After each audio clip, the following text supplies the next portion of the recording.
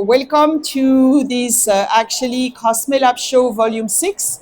It's the number 6 conference that we are doing. We don't call it conference because we want it to be like a talk with some specific experts. So maybe you attended last year a conference which was in New York about East and West, comparing the Asian trends in East and West. And it was done by Chalinda, our very good partner who is more Western oriented. And this time we are very happy to talk about the K-beauty unstoppable wave. I'm going to make it. And this will be done with my colleague, Eloise, who is working with me for more than 6 years and who is specialized on South Asia and Indian market. So, few words about the company if you don't know us. Yes, thanks. You can scan the QR code that will let you get access to our monthly free newsletter. And at the end of the presentation, you will also have another QR code to request for the deck. Maybe some of you didn't get the deck from last year. We had some issue with the website. Don't worry. Now, if you ask us again, you can get the deck also from last year. But for this time, it should be okay. So here we are going to talk about the company. We are a French company named Asia Cosme Lab, based in France. And with it's a team of Asian experts, and we decipher for more than 20 years everything happening in the Asian cosmetic field. So, of course, 20 years ago, we were talking about Japan beauty.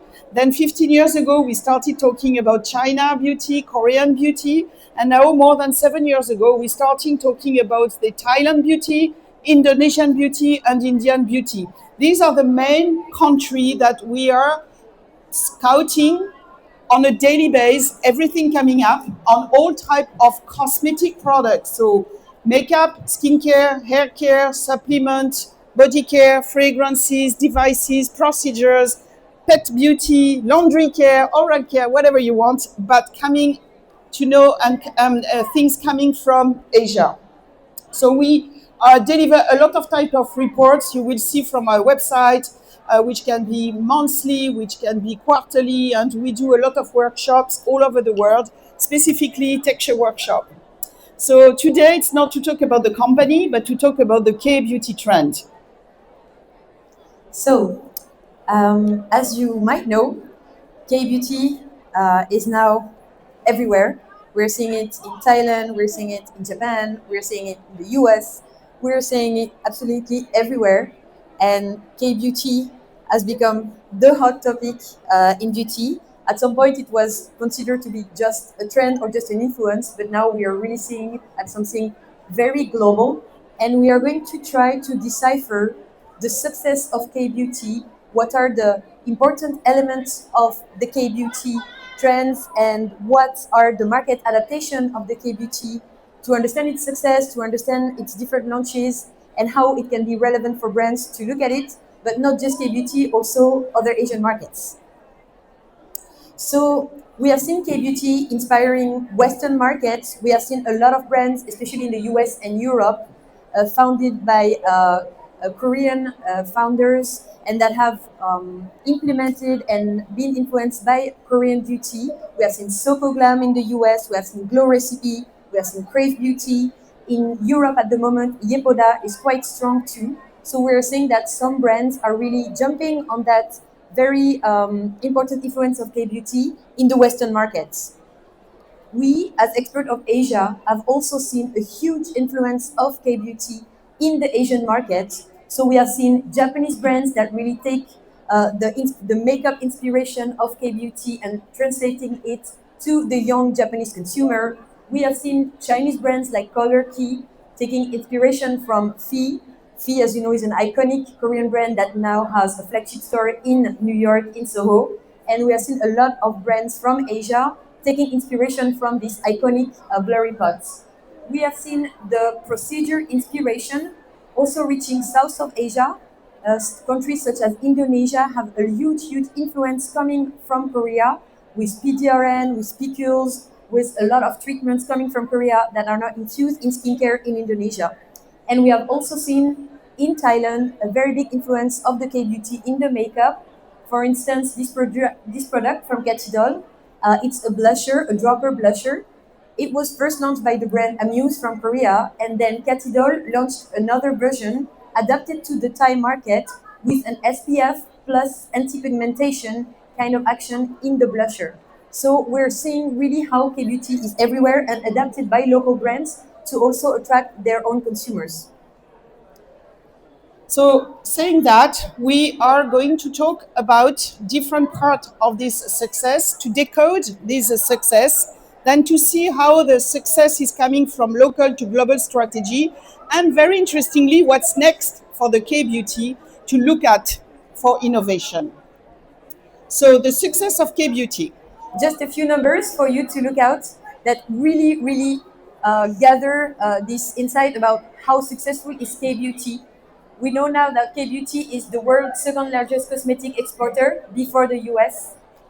We have seen on Amazon US Prime Day that Medicube, which is a Korean brand that maybe now a lot of you know, has been the first brand on Amazon US Prime Day, and that Laneige and Biodance were also in the top 10. We have seen that now Korean cosmetics are, Korea is the number one cosmetic importer in Japan. Before that, it was France, and now it's Korea. And for the rest of Asia, we have seen a huge surge of K-beauty products being ordered in Thailand on Shopee, which is the major online retailer. We have seen that in Indonesia, 62% of the Gen Z are now using K-beauty products. And in Vietnam, we have seen that Korean beauty brands now command 22% of the total cosmetic markets. So we are seeing it's huge in the US, it's huge in North Asia, it's huge in South Asia, basically it's huge everywhere. And Florence is going to explain what made the success of K-beauty. So here are a few things that you should keep in mind and that created this actually success of K-beauty. First of all, they are innovation accelerator. Probably you've known and you've seen the real strong power of the OEM. We'll talk about them later, the Cosmax and Colmar company, for example, that are also expanding very well. It's a push market, so they are trying many concepts, many ideas, trying with new ideas to see if the market is responding. So they do not hesitate, they take risk to really create new hybrid, new concepts and new ideas that we're going to talk about. And of course, they have this image, because it's a push market, they have this strong image of innovation. It's really about innovating, creating new idea of product. They are routine game changer. You remember the BB cream has been the first one to start. BB cream as blemish balm. It started in 2002, okay? So it's a very long seller. It really created a break into the market with this idea of repairing the skin, of soothing, healing, and covering. Keep in mind, BB cream is back. It's the sheet mask. You remember how now all the young generation, the Gen Zers, have been able to use this sheet mask everywhere and at all type of ages. It's also a new way of using makeup. Cushion. I don't know if you say cushion or cushion. I'm not very good. That's my French accent. Oh. You understand what I mean? It's written. But the cushion foundation, which is now coming to our market, was also something which was completely new in terms of touching up and light product on the go. And more recently, the pads. Pads are the new mask that you can use locally, that can not only, it's no more just a swipe, it's really product that will cure and heal your skin according to your needs. But how did they do that? How do they emphasize this changement? It's because they really, they really focus on communication soft power. It's the cultural well, the Hallyu, the K-pop, the K-drama, the music and so on that really bring this ideal beauty all over Asia. Don't forget that this is also backed by the government. A lot of subsidiaries are given by the government to expand this K-beauty all around the world. We're going to talk about it. They are also vegan leader. They have been the first market in Asia having a vegan certification in order to match the needs of international market like American and California. They were very much vegan seeker. So only in Korea you have this vegan certification. They have Instagrammable textures. And this is also very important because they jump on the influence and the playfulness of the texture, the colorful textures. And finally, we'll come. Do we give figures or not? C'est pas là où on parle des influenceurs. Si. C'est que là. Non, après ça. They are using the power of international influencers. I will also come back to that later because it's a very important thing to keep in mind that created a big difference between, for example, the J Beauty that never used that. Something which is also very important is that they are also jumping on the procedure. Now, procedure is a huge business in Korea, which is driving all over the world customers. You have beauty, or how do they call it, factory clinic, where you can have at lunchtime a $10 Botox, where they can speak all type of languages and where you can really improve your beauty, improve your skin in a very easy way. So not only they are pushing the procedures and having the procedure as a new business, but it opened a new era, which is now the post-procedure care. And really, this is the next field which is coming, is post-procedure to heal and soothe the skin after procedure. That's why I'm saying BB cream is back. They are doing clinical care at home. They are able also to mimic all the procedure, all the type of peeling you can have by new offer, which can be used at home. They have the science of ingredients. We'll talk about it. Of course, you have a lot of new ingredients coming from the procedure, which are from Korea. And finally, they are now jumping into the beauty device. So you will see that the whole scope of beauty is also covered by the Korean beauty. So texture, as we were saying, texture is really one of the first key success, I would say, key reason of success. It is really something which is important. They are Instagrammable, but they are fun. They are sensorial. They are easy to layer. They are easy to play. So here are some examples. You have a lot of slimy textures, which for years in Europe, people were saying, I don't like slimy. But now, yes, I want slimy because it's so much fun when you do your skincare. So they play with slimy. They play with the idea of delicious. So they transform the codes of very iconic product like the Innisfree Volcanic Pore Mask into something which is green with chocolate chips in it. So it smells, it's sweaty, it's really sweety and delicious.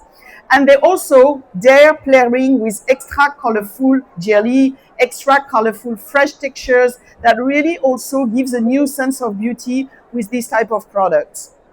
Not only the textures, it's also the formats. So they are reinventing the usage of the product with mobile, easy, convenient type of product. So the pads, as we were saying, are very important. This is really the new sheet mask. You can apply all over the face. You can create really a geography of your skincare. The sticks are very much there. Maybe you've heard about Kahi, which is actually the #1 stick brand in Korea, thanks to K-drama placement. So a lot of teenagers that follow the K-drama, they know that brand. They have been so successful with this new sun care stick, which mimic the earpod case, and having this pinkish, glowy texture, for example, which is matte and cotton touch, not at all greasy. This was so successful that it was always sold out. And of course, the hydrogel mask, for example, which is also a very interesting transformative format. I'm sure you've seen about this Biodance, so famous type of product, this mask that you keep on and that will change from white color to transparent color and bring you the so-called glass skin in the American sense.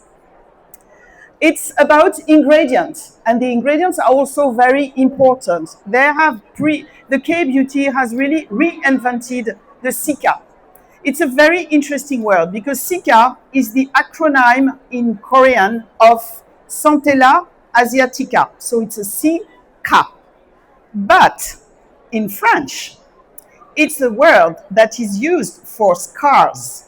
You have so many doctors' brands that are Cica Repair, Cica Plast, from Aven, from La Roche-Posay. But finally, Cica became the K-Beauty ingredient, jumping on this idea of soothing and healing, creating the synergy between French beauty and actually K beauty with this very unique ingredient. So Cica is really, or Centella asiatica is really probably the hottest ingredient that has started with the K beauty. Recently, we have the spicules. Have you heard about spicules? Spicules are micro needles extracted from seaweed, natural micro needles that penetrate your skin with a potential tingling effect. And they create a path for the following product to better penetrate, like micro needling in a way, but within a formula. At the beginning, this brand, VT Cosmetic, launched this product called Riddle Shot. Riddle, like needle, probably they could not patent needle. Very successfully with different concentration, 100, 300, 500, 1100, so different tingling level. And with Cica, so that you have the tingling effect, but you also have the soothing effect of the Cica.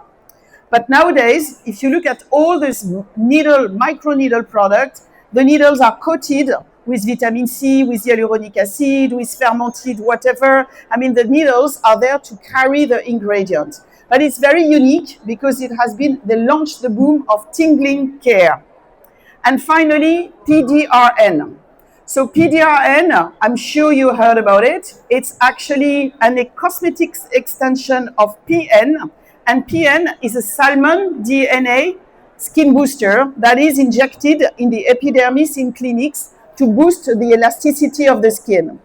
The PN is now PDRN in cosmetic, called salmon ingredient, which is also very important for skin boosting, skin elasticity, but it is now vegan because the original salmon, when I say salmon DNA, actually it's salmon sperm. So people feel a bit like, ooh, I'm not so sure I want to have it. So now you have rose PDRN, thermolactic PDRN, green tea PDRN, whatever you want. It's all about actually vegan PDRN. These are the hot also ingredients we talk about.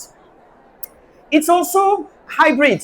They created new categories, new segments. So the cushion is normally a skincare and a foundation together for women to take care of their skin on the go, but also with their foundation. Cushion is really now a makeup category. Tend to forget a little bit of the caring effect, even though now there is new launching like the latest La Neige, which is really interesting because it contains 89% skin caring ingredient, but it claims to rebalance your sebum secretion and your moisture after 2 weeks of usage. So the more you apply cushion, the more you treat your skin, the more you care your skin. So the cushion is much more than a foundation. It's really a mix of care and beauty. The iconic redness cream are also very important, like the revamping of Dr. Jart. You know Dr. Jart that belongs actually to Estée Lauder company. They have this green, very interesting product, ointment, based on Cica, Centella asiatica, that really changed from green to skin tone in order to soothe the redness, to heal the redness. It's an ointment, so it's quite rich. It has been relaunched in a very small size with a beauty blender. So it's supposed to be a soothing cream, but it is launched with a beauty blender. So again, a kind of hybrid. And finally, we were talking about the ingredients. Now it's all about color that care. So not only the cushion, but the lip care. We have seen now from Primera, which is actually Amore Pacific brand, a lip serum which is not only colored, but infused with retinol in order to fight against the aging process of the line and the lips, and to avoid the lines. So saying that, we should not forget something which is also very important is the affordability and the fun aspect of the product. This is not an expensive these are not expensive products. So it's really affordability has been one of the first key reasons for the younger generation, the Gen Z, but also the Zalpha, to start buying K-beauty.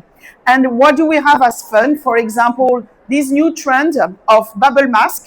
So it's a mask, but instead of being just a cream that you leave on, it's going to come out with a pumping dispenser in order to come out into a foam, and you can just leave it on. So it's much more fun in terms of texture. It's also playing with the makeup to become like accessory. What's interesting is that you know that when you apply a makeup, a lip product, an eyeshadow, nobody knows what brand it is. So how to show up? Put it outside of your bags. Make it as an accessory.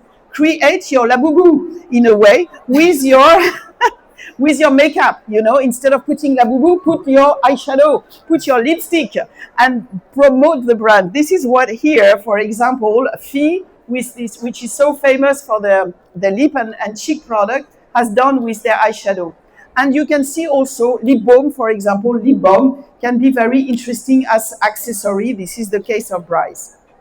And another thing not to forget is the retail experience. Really, shopping in Korea is really a kind of a destination. It's the place where you will entertain with your friend. It's not a place where you will really buy the product. It's places where you will enjoy experience, where you will leave your data, and then you can shop online when you are back home in order to find the best price. So Olive Young, which is now arriving actually in US, is the big retailer. It's gonna kill Sephora. I don't know if there is Sephora people here, but definitively, I'm sorry, it's gonna kill Sephora because it's so much fun. Every store are different. There is event in each store. So they started this revolution with the new opening last September with the Olive Young and in Songsu. Songsu is an area called the Brooklyn of Seoul, where you have a lot of pop-up store, a lot of events all the time, where people come to spend the whole weekend to go from one pop-up to another one. But this one, this Olive Young, is really something which is very new and very unique. They call it like new next nest and a network. So it's a place where you have a lot of entertainment, but finally you don't shop, you just give your data. And as I say, all the Olive Youngs are different. You can see that Tambourine, which is also a very interesting fragrance brand from the glassmaker Gentle Monster, is also opening stores which are just art place destination. You buy the fragrance probably, but you immerse yourself in a unique retail environment, like if you were in a giant art gallery. Really, going to a Tambourine store is something that people would go like going to the museum. And there is a lot of actually other activation with new stores like Romand, which are actually help you to purchase items by scanning QR codes. So again, give your data, leave your data. You are able to shop internationally because Olive Young is available internationally. And as you can see with this type of pink office where you don't shop in the store, you just go there to try, you scan and you get the product at your home later. So we are also going to see how this strategy that applied to Korea and made it very successful in Korea, but also internationally, has gone to a more global strategy from Korean brands and manufacturers. So first, it's about a retailer strategy.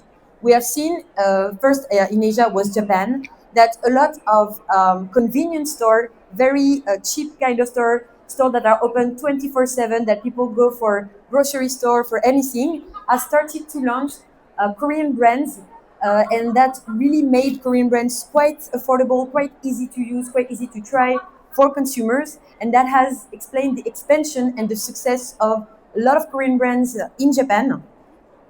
Such as 7-Eleven, Family Mart, Lawson, and different brands have targeted different retailers. But basically, the price is quite affordable, quite easy to use. Some brands have also made some sub-lines, so a cheaper version of their actual range to make it accessible and easy to be used in drugstores. I think this strategy also can be quite relevant for the US market, for instance, where we also have 7-Eleven and other drugstores, because it makes it really easy to try on a product. And a strategy that we have also seen, for instance, in Thailand, to have small sachet or small formats to really try the product, to try the shades, is also something that makes it quite successful and easy to use. In the US, we have seen a strategy also of the retailers. There were either retailers such as Ulta Beauty or Target, I think, that have had Korean brands that has been added. There are also some flagship store by brands such as Fee that has launched their own flagship store in Soho. I think it's quite new. We haven't had time to check it yet, but now the Korean brands even have their own retail place, and of course pop-up stores such as the Tir World Tour. We know that Tir has become quite famous in the US with their cushion and with the launch of a range of cushion that was more adapted to the skin tones here in the US. And their pop-up store tour is quite successful between LA, Miami, Chicago, and New York City. We have seen a very big influence strategy coming from the government, coming from the Ministry of Culture in Korea, that has invited last year 2,800 foreign influencers to come and visit Korea, to try on the brands, and of course to pay them to make some posts about Korean beauty, which has explained also why in 1 or 2 years we have seen so much content about K-beauty everywhere, in US, in Europe, even in Latin America, everywhere, because of this influence strategy. The influence strategy also goes to, for me, it's quite interesting to see that Olive Young has participated in PGA Tour, which is a professional golf tournament in the US, which is quite a far-fetched, let's say, strategy if you think about it, but actually they were really present on the event to introduce 2K beauty and 2K culture more generally. But again, it's a big strategy of influence. There was also, of course, some events more regarding K-beauty organized by magazines such as Harper Bazaar to really introduce the Korean brands to the US markets. So I'm not going to spend too much time on the video, but we have seen some K-beauty products that most of you might know now that became super, super successful on social media, on TikTok, especially in the US, such as Dr. Althea and Beauty of Joseon. And we have seen so influencer really showing how these products work really well for the skin. And we have seen how viral ingredients, such as the PDRN that Florence was mentioning, have also become quite successful and quite important for consumer, thanks to the influencers. There are influencers from the US or from other Asian markets too, that have really started to explain what is the ingredient, how to use it, and that has made it so successful. So here you have 3 different influencers really talking about their experience with PDRN, showing why it's the best ingredient in very short kind of TikTok videos, and that has really explained why PDRN, which is quite a recent ingredient when we think about it, is already quite big in the US market and in global markets.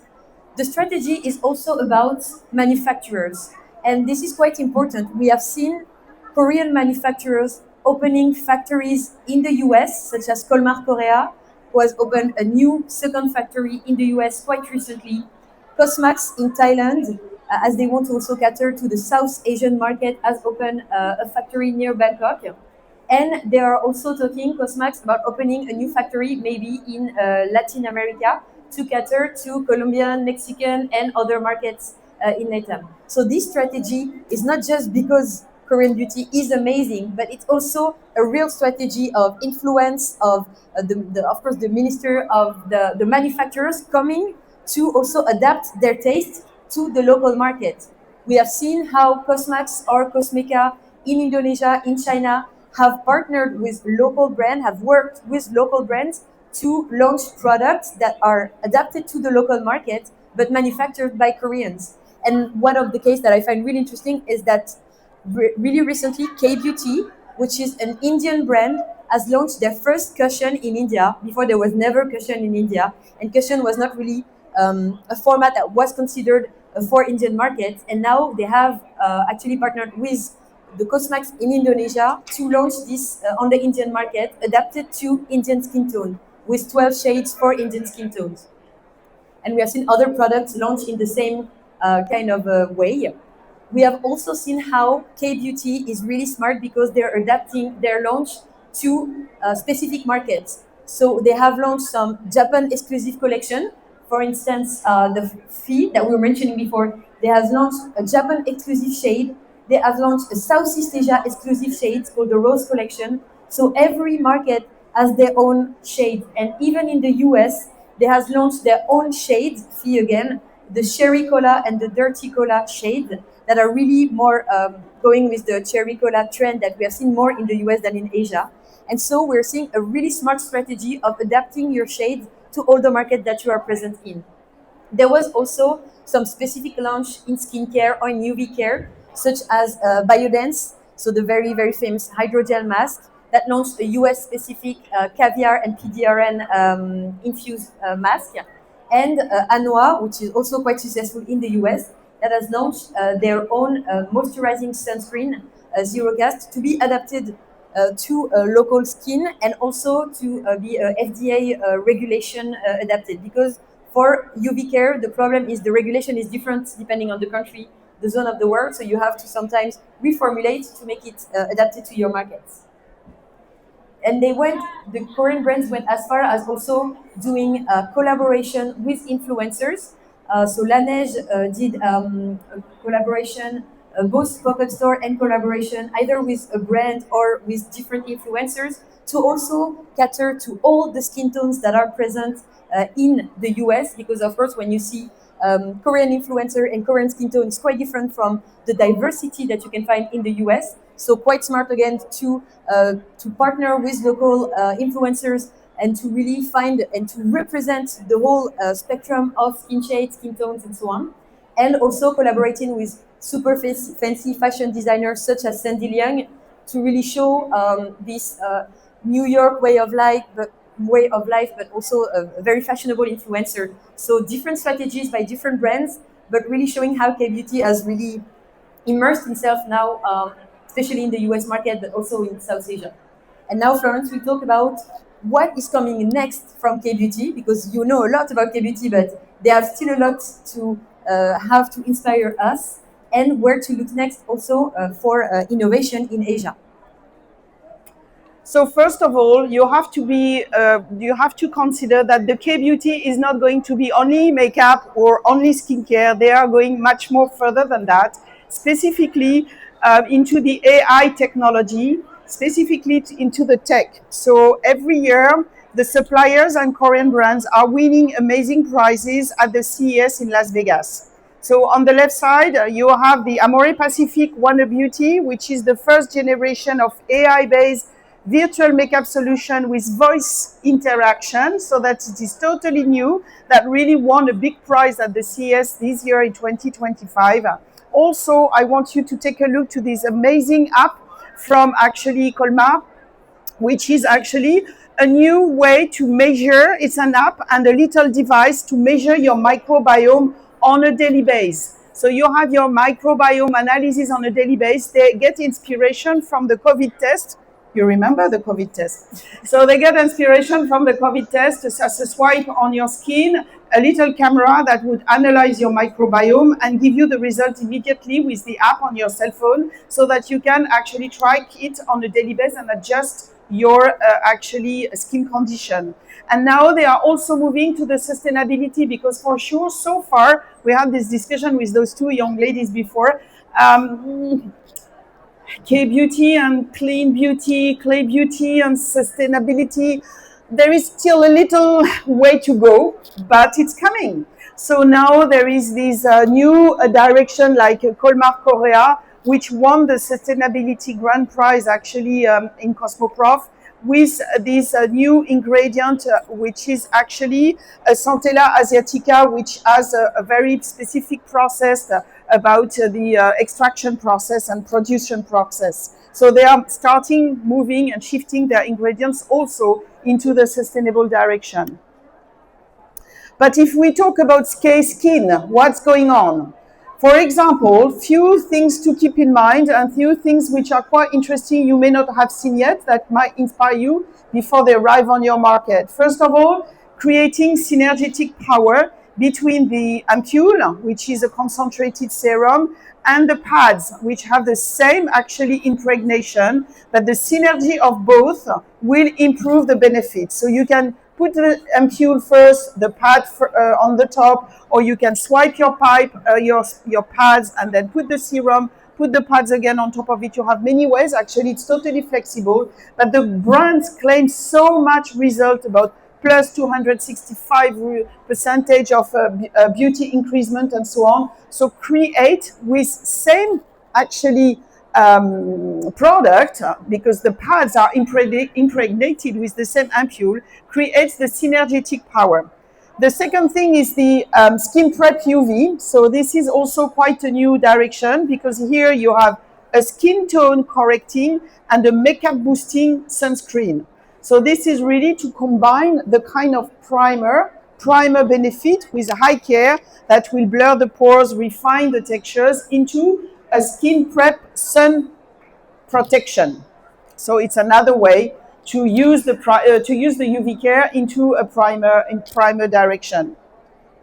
Ampule over procedure, you also have now these ampule programs with freeze-dry ingredients that claim to be better than procedure. So really, you will use it instead of the procedure in order to actually activate your skin benefits.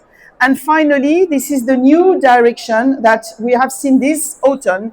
It's really skincare that really mimic, or even if better than the procedure itself. So here you have this new IOP retinol-based ingredient. IOP is an Amore Pacific brand, very famous for their retinol. They are using actually those famous spicules with the retinol in, and they show and they give the proof that it is as efficient or even better than a retinol injection. From K makeup, what could be the next aspirational product? PDRN in makeup.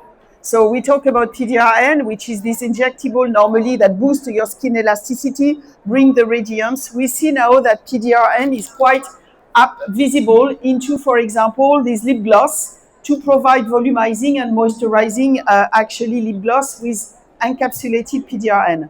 I have to say that probably Thailand was even earlier to include PDRN in lip gloss, honestly, because Thai beauty is quite active. But here, look at this very interesting news, actually, very sensorial product. Another very interesting product which will come for sure are the cool down product. You know that we are facing heat wave, climate change, and so on. This is a new cushion from Espoir, again, brand from Amore Pacific, with this very interesting sebum cut cooling cushion. As you will see, it's not white, it's slightly bluish, transparent, and you can put it on top of your makeup or as a primer to cool down your skin and to reduce the pore. It's amazingly efficient. So it's really interesting, and it gives you a fresh finish on your skin. This is really something to keep in mind, because all the climate related products are going to be bigger and bigger, and we start to see that K-beauty is going in the same direction.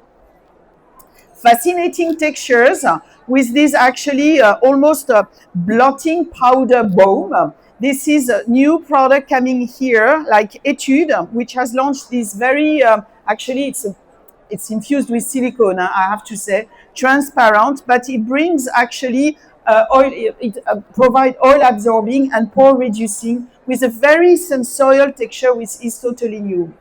And finally, this is a bit similar to what we saw with the UV primer. This is skincare boosting makeup. This is really something which is really interesting. You have Easy Dew with their melabetoning ampule cushion, which is to be used in synergy with actually the ampule.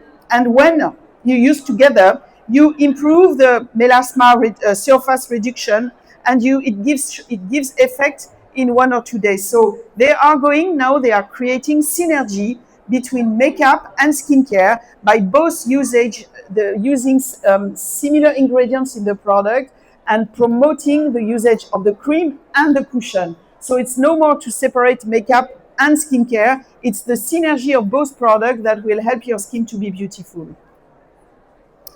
Finally, what it is. The device are reinvented by the K suppliers and the K brands to be mini at first. You see most of the beauty devices are so big, so heavy. So to make them mini, so they are much more cute, attractive, and less expensive for the younger generation. And of course, they boost synergy with the skincare. Probably you saw the advertisement for Medicube, for example. They have a mask to be used in synergy with the skin booster.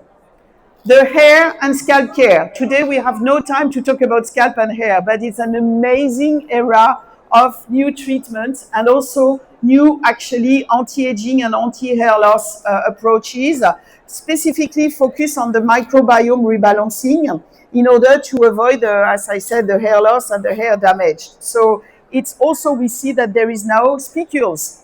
The spicules goes into the scalp in order, again, to provide better benefit. Fragrances.